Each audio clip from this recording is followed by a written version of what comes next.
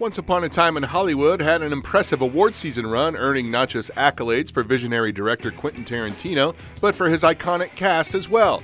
Here's how that gang came together and nearly included a different massive movie star. It's official, old buddy. Well, has been.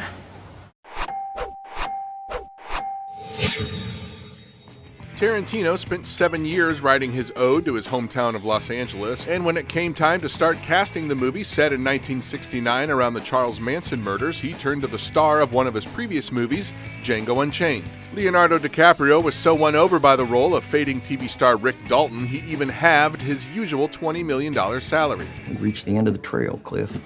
Tarantino had his eyes set on another former collaborator, Brad Pitt, but was unsure if the Inglourious Basterds star and DiCaprio's timing would align, so Tarantino also met with none other than Tom Cruise, and has said the two, quote, hit it off. However, Pitt signed on for stunt double Cliff Booth, and Tarantino got his first picks to go alongside his one and only choice for Sharon Tate, Margot Robbie. I'm in the movie.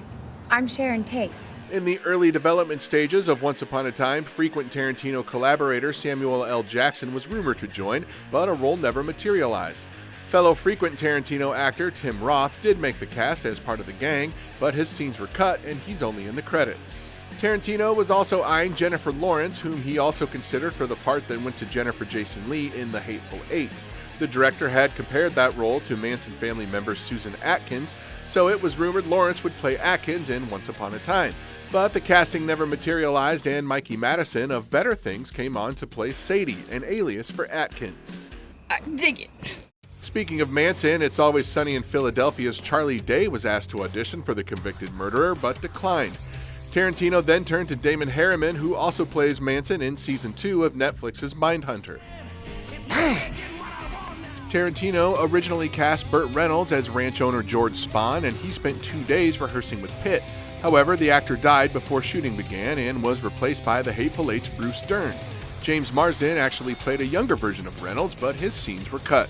Meanwhile, fellow legend Al Pacino's role as a fictitious Hollywood agent was written specifically for the veteran actor, according to Tarantino. Down goes you, down goes your career as a leading man. On the other end of the spectrum, the director went to Luke Perry with multiple roles, and it was Perry who picked Lancers star Wayne Maunder. It was the actor's final role as he died from a stroke March 4, 2019.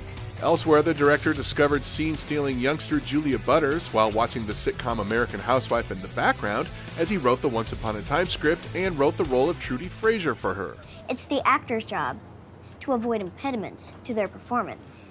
Rumer Willis had auditioned for 2 different parts before she was offered the role of Tate friend and British actress Joanne Pettit weeks later. Austin Butler, who played Manson family cult member Tex Watson, had a different experience as he got the part right after his audition. It was just the audition that took a while, 12 hours according to the actor. I'm the devil, and I'm here to do the devil's business. Once Upon a Time in Hollywood just won 2 Oscars and will certainly be remembered as one of Tarantino's finest. That was the best acting I've ever seen in my whole life. Like you.